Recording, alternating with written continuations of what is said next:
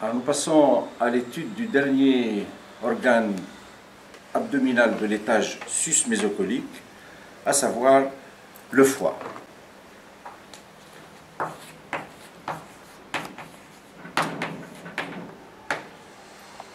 Le foie est finalement la glande la plus volumineuse de l'abdomen. C'est un organe noble classé troisième après le cerveau, le cœur et les poumons. C'est une glande mixte annexée au tube digestif dont les fonctions sont multiples, à savoir la sécrétion de la bile qui va participer à la digestion en synchronisation avec le suc pancréatique. C'est une glande de stockage du glucose, de façon générale, de synthèse protéique et particulièrement les facteurs de la coagulation, mais aussi de catabolisme des protéines, d'où l'urée dans le sang. C'est un organe thoraco-abdominal qui occupe la presque totalité de la loge souphronique droite et qui empiète même sur la loge souphronique gauche. Il a une forme d'un semi-ovoïde, un peu l'image d'un ballon de rugby, mais qu'on coupe dans le sens transversal oblique. Donc il y a une grosse extrémité, grosse extrémité qui est à droite et une petite extrémité à gauche. Elle a une couleur de rouge brun, à la limite du marron foncé. Elle est de consistance ferme et friable, située entre deux systèmes veineux importants, les plus grosses veines de l'abdomen, à savoir la veine porte, qui va faire rentrer 80% du sang dans le foie, et la veine cave inférieure, c'est les veines, donc la veine de sortie par l'intermédiaire des veines hépatiques. C'est une glande qui pèse 1500 grammes, dont 800 à 900 grammes de sang. C'est un organe qui est regorgé de sang, très vascularisé, très saignant quand il s'agit d'une rupture ou en chirurgie hépatique. Comme je l'ai déjà avancé, 80% du sang qui arrive au foie arrive par l'intermédiaire de la veine porte et 20% par l'artère hépatique. C'est une glande qui est à peu près de 28 cm de long.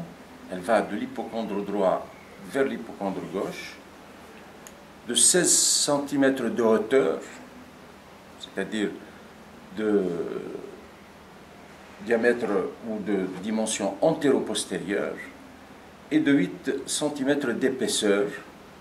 Donc c'est ce qu'on appelle en sémiologie la flèche hépatique. À ce foie, on décrit trois faces. Une face diaphragmatique qui est postérieure, trois faces sur cette vue oblique, une face postérieure, dite diaphragmatique,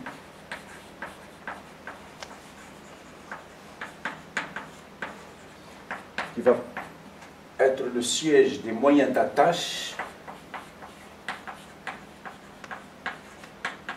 de ce foie à la paroi postérieure,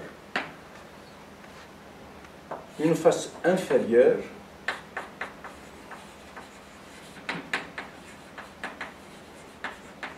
dite viscérale, qui est en rapport avec les viscères de l'abdomen et qui contient une encoche qu'on appelle le hile hépatique. Le hile hépatique, là où arrivent les éléments pédiculaires, vasculaires bien sûr, qui rentrent et voies biliaires qui sortent donc de ce foie. Une face dite antérieure ou supérieure et qui est en rapport avec le vent chondrocostal. Mettons donc en place cette glande. C'est une mise en place, mais à la fois on va essayer en profiter pour décrire la face supérieure. La face supérieure.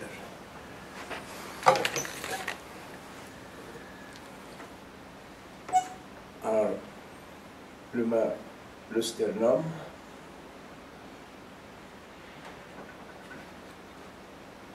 avec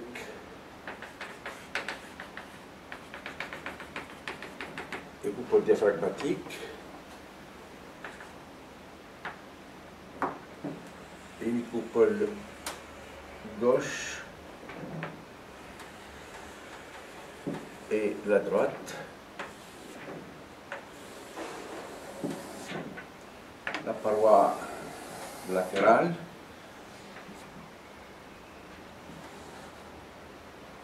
les muscles droits de l'abdomen,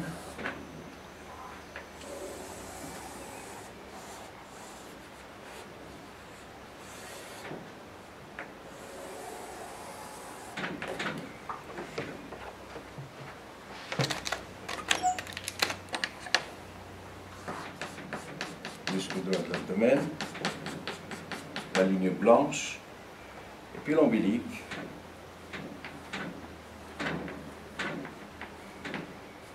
Point de départ d'un élément qu'on a déjà vu, le ligament rond. Alors ce foie, voilà, voici mettre le vent chondrocostal, et le foie donc occupe toute la loge soufrénique droite,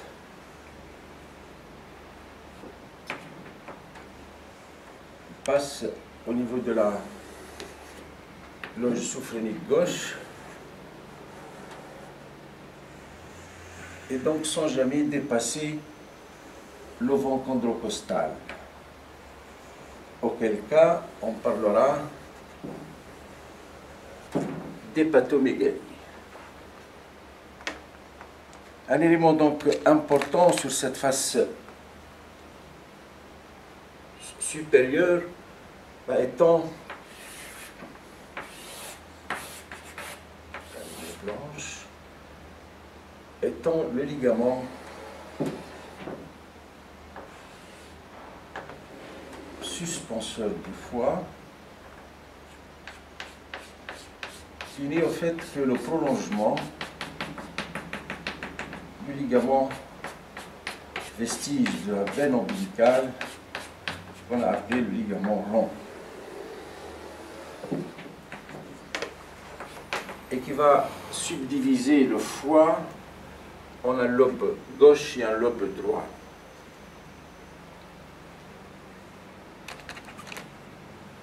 On reconnaît l'estomac,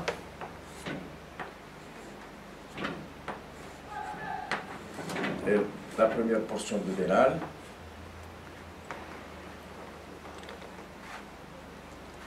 cette encoche, on entrevoit aussi un réservoir de bile qui est la vésicule biliaire, peut déborder donc au point qu'on appelle le point de Murphy. Le côlon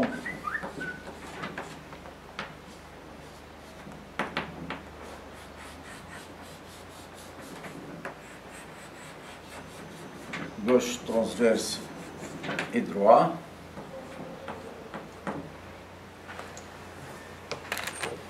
bien évidemment la latte.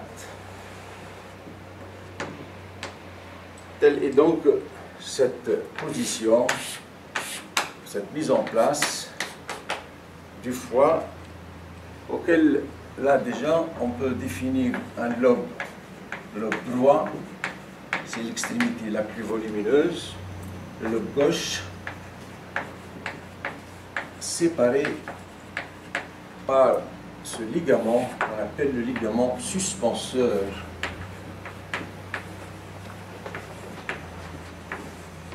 Du foie ou ligament falciforme.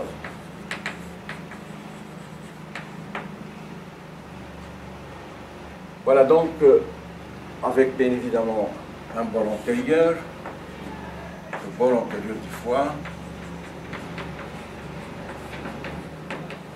qui ne dépasse pas le vent chondrocostal, et dans le cas où ce foie augmente de volume, ben, c'est ce qu'on appelle l'hépatomégalie.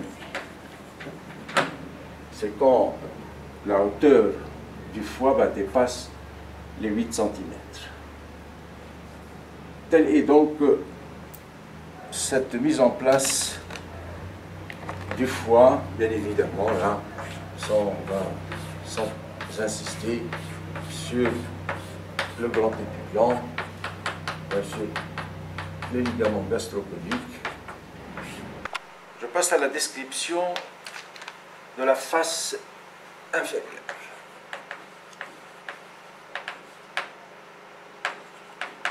Face inférieure du foie ou viscérale, on va retrouver le lobe droit, une fossette, dite la fossette cystique, un sillon qui va abriter le ligament rond, le segment 1. Ce ligament rond, on va le retrouver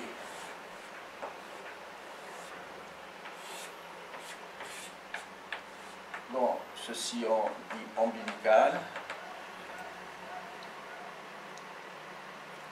La veine. Alors, cette face est marquée par deux sillons. Il y a deux sillons verticaux, le sillon ombilical.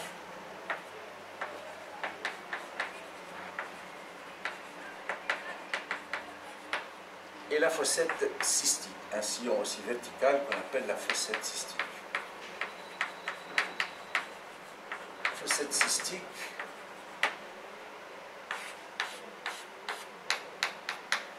la vésicule, on l'a disséquée, on l'a détachée du foie, du parenchyme hépatique.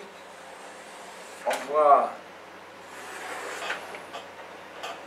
sur cette face inférieure le hile hépatique qui est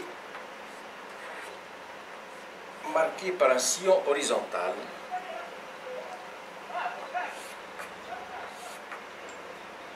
Un sillon horizontal avec la bifurcation portale, avec une veine porte droite et une veine porte gauche, la veine porte gauche, la veine porte droite, le tronc de la veine porte. Tout à fait en arrière, on va reconnaître la veine cave inférieure.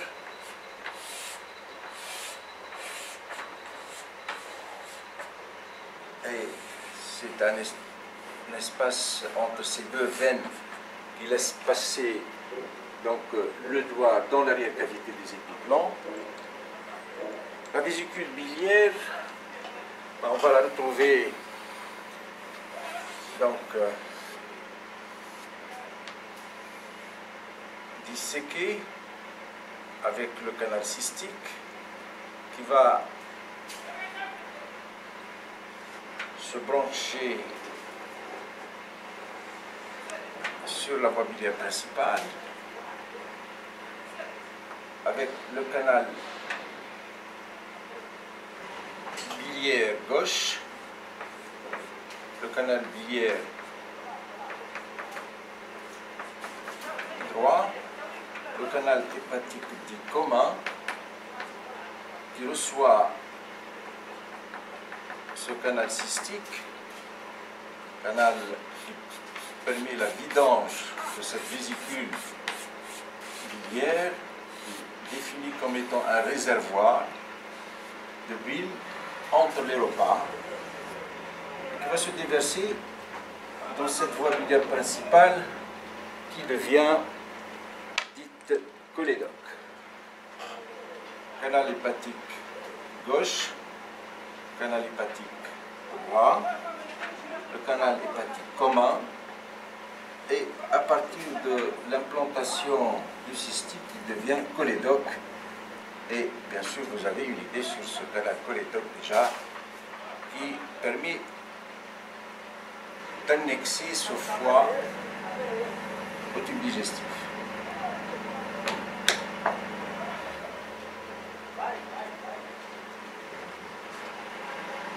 Alors, sur ce, il y a évidemment, on peut retrouver aussi l'artère hépatique, que vous connaissez aussi, avec l'artère hépatique gauche, droite, la gauche, et le tronc de l'artère hépatique propre, l'artère hépatique gauche, la droite qui passe derrière le canal hépatique droit, et le tronc de l'artère hépatique, bien évidemment, avec une artère dite l'artère du cystique, ou l'artère cystique. Alors sur cette face inférieure, on va reconnaître le lobe gauche,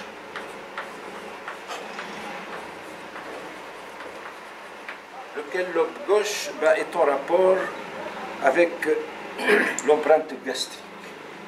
Donc il est le viscère qui est en contact le plus avec ce lobe étant l'empreinte gastrique.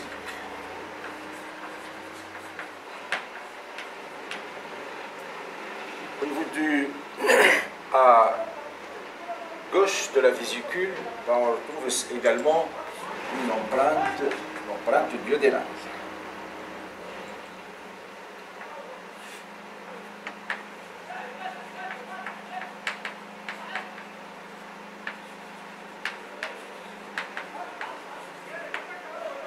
Ceci étant à gauche. Et cette empreinte duodénale, cette zone qui est limitée par le sillon ombilical, la fossette cystique et le sillon horizontal d'huile, s'appelle le lobe, le segment 4 ou le lobe carré.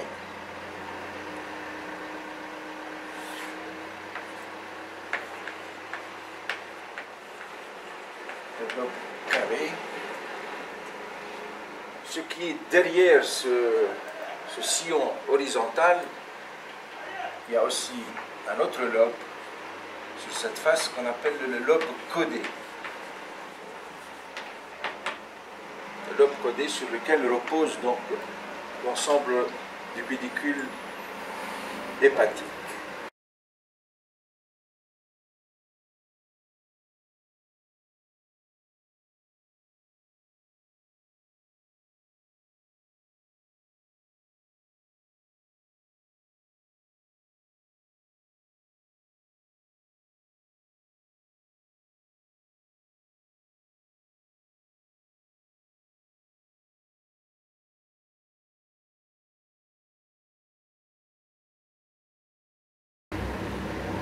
Du côté droit, il y a le lobe droit, bien évidemment.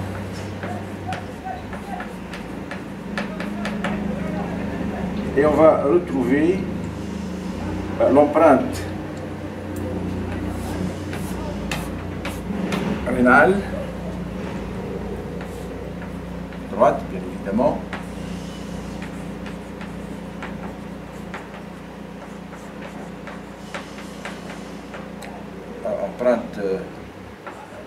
diagonale, droite, et tout à fait en avant,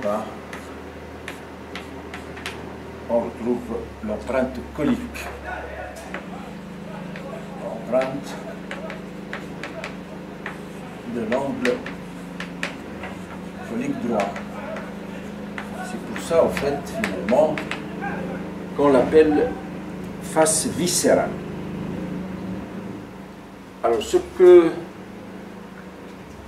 j'introduis d'emblée, c'est que cette glande volumineuse est segmentée en lobes d'une façon macroscopique, descriptive, grâce à des éléments anatomiques, que ce soit le ligament falciforme, ou la fossette, ou le sillon. Et donc, on lui a défini macroscopiquement, descriptivement, 4 lobes. Un lobe gauche, un lobe droit, un lobe carré et un lobe codé. Ça, c'est ce qui est anatomique, c'est ce qui est visible. Mais au fait, le foie est segmenté. Il comporte 8 segments. Lesquels segments sont virtuels, dont les repères ne sont pas évidents à la surface du foie. C'est une segmentation qui est en rapport avec la ramification intrahépatique de la veine porte.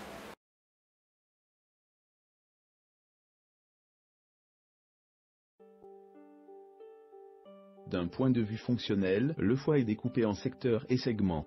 La classification actuellement utilisée est celle de Kuhn. Le foie est scindé par 3 plans sagittaux, qui correspondent aux projections intrahépatiques des veines hépatiques.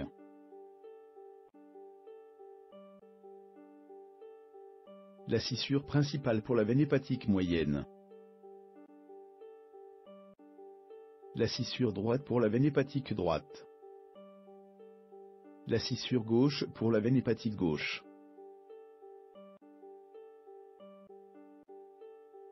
Sont ainsi délimités un foie droit, incluant un secteur latéral droit, comprenant les segments hépatiques 6 et 7, un secteur paramédian droit, segments hépatiques 5 et 8. Un foie gauche incluant un secteur paramédian gauche, contenant le lobe carré, ou segment hépatique 4. Un secteur paralatéral gauche, comprenant les segments hépatiques 2 et 3. Chaque segment reçoit une triade, formée d'une branche de l'artère hépatique, d'une branche de la veine porte, et d'un canal biliaire, également appelé pédicule glissonien. Le segment 1, dénommé lobe codé, n'est visible qu'à la face postérieure du foie. Il appartient au foie gauche.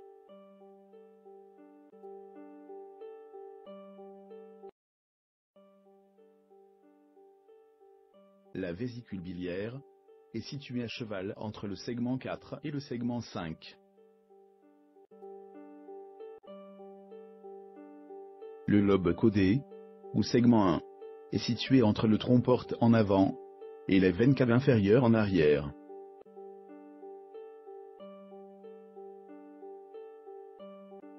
Le secteur paralatéral gauche, formé par les segments 2 et 3, est à gauche de la veine hépatique gauche.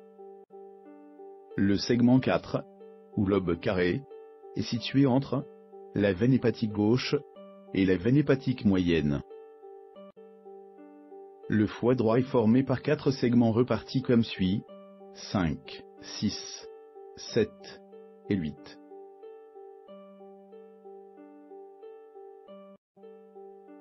Les segments 6 et 7 sont postérieurs et latéraux.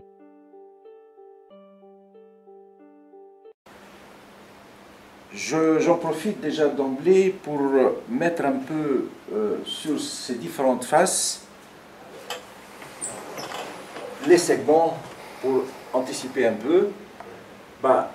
Ce qui est postérieur, c'est le segment 2, on le voit plus ou moins. Ce qui est antérieur étant le segment 3, au niveau du lobe gauche. Ce qui est entre la vésicule et le sillon ombilical, on va retrouver le 4. Le dôme hépatique, ça le dôme, c'est ce qu'on appelle le dôme, c'est la partie la plus haute du lobe droit. C'est le segment 8. Et on entrevoit un peu, on entrevoit deux segments, le segment 7, mais qui sont plutôt postérieurs, et le segment 6. Il est inférieur et antérieur, le 7 étant postérieur et supérieur. Ceci donc étant la segmentation a priori à la surface du foie. C'est ce qui permet un peu la projection de ces segments à la surface du foie au niveau de cette face supérieure. Qu'est-ce qu'il en est de la face inférieure? Ben, on va retrouver donc ceci étant postérieur, donc c'est le segment 2. Ce qui est antérieur, c'est le segment 3. Entre l'ombilical et la fossette, c'est le 4. Le codé, c'est le segment 1. On ne voit pas sur cette face supérieure. Le 6, on le voit sur cette face. Et le 7, qui est postérieur, est supérieur. Le 8, on ne le voit pas parce qu'en fait, c'est le dôme. Et puis, cette face supérieure étant contre le tableau. Donc, on ne peut pas voir le 8.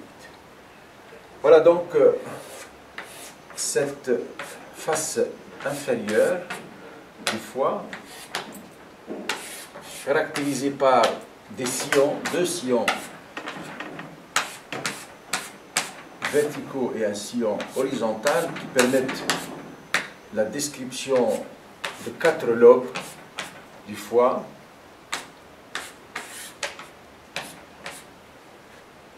Et cette face inférieure qui est caractérisée par la présence du pédicule hépatique et par le hile hépatique, bien évidemment.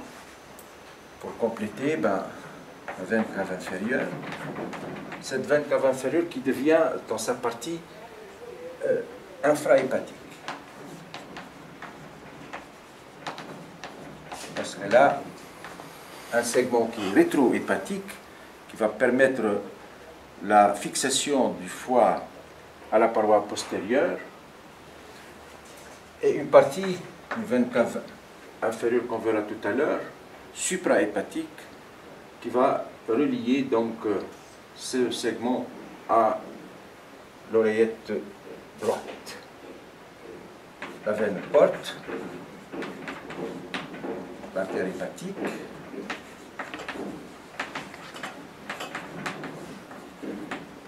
le cholédoque